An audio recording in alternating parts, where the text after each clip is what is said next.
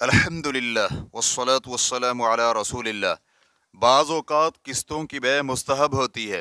सवाल किया गया है, मैं किस्तों में अशिया फ़रोख्त करता और नकद वाली कीमत से ज़्यादा लेता हूँ, क्या मुझे इस काम में अजर व सवाब हासिल होगा? इसलिए कि मैं मुसलमानों को उनकी ज़रूरियात वाली अशिया की ख़रीदारी में ताउन करता हूँ। अलजवाब बिऔनिल्लाहि सुब्हानहु व तआला।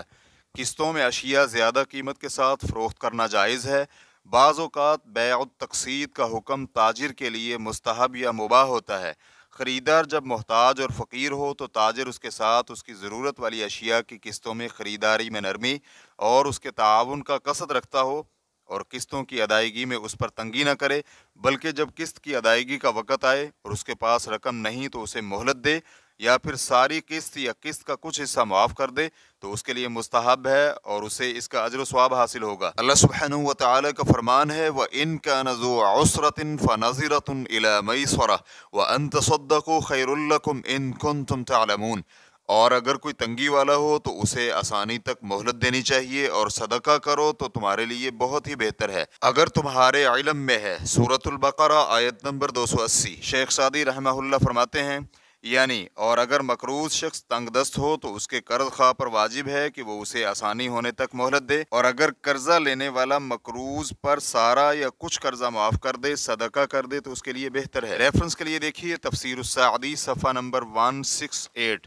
बुखारी और मुस्लिम ने अबू मसऊद रज़ी अल्लाह अन्हु से रिवायत बयान की है कि रसूल अकरम सल्लल्लाहु अलैहि वसल्लम ने फरमाया, तुमसे पहले लोगों में से एक शख्स का हिसाब किताब हुआ तो उसकी इसके अलावा और कोई नेकी न थी कि वो लोगों से मेलजोल रखता और काफ़ी मालदार था और अपने मुलाजमों को ये कहता कि तंगदस्त शख्स को माफ़ कर दो, तो अल्लाह सुब्हानहु व तआला ने कहा, इससे ज़्यादा हमें हक है कि इस शख्स को माफ़ कर दो। सही बुखारी हदीस नंबर 1307, सही मुस्लिम हदीस नंबर 1561।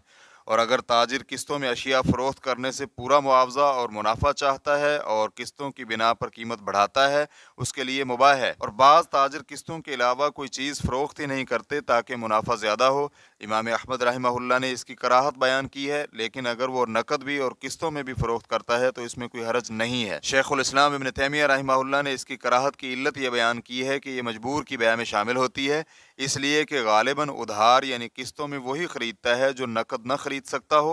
लिहाजा अगर वो शख्स सिर्फ उधार ही फ़रोख्त करता है और नकद नहीं तो उसका मुनाफा ज़रूरत और हाजतमंद लोगों पर है, और जब वो नकद भी और उधार भी फ़रोख्त करता है तो ताजरों में से एक ताजिर है। रेफरेंस के लिए देखिए मिन तहज़ीब सुनन लिब्न अल क़य्यिम और औनुल मअबूद जिल्द नंबर 9 सफ़ा नंबर 347।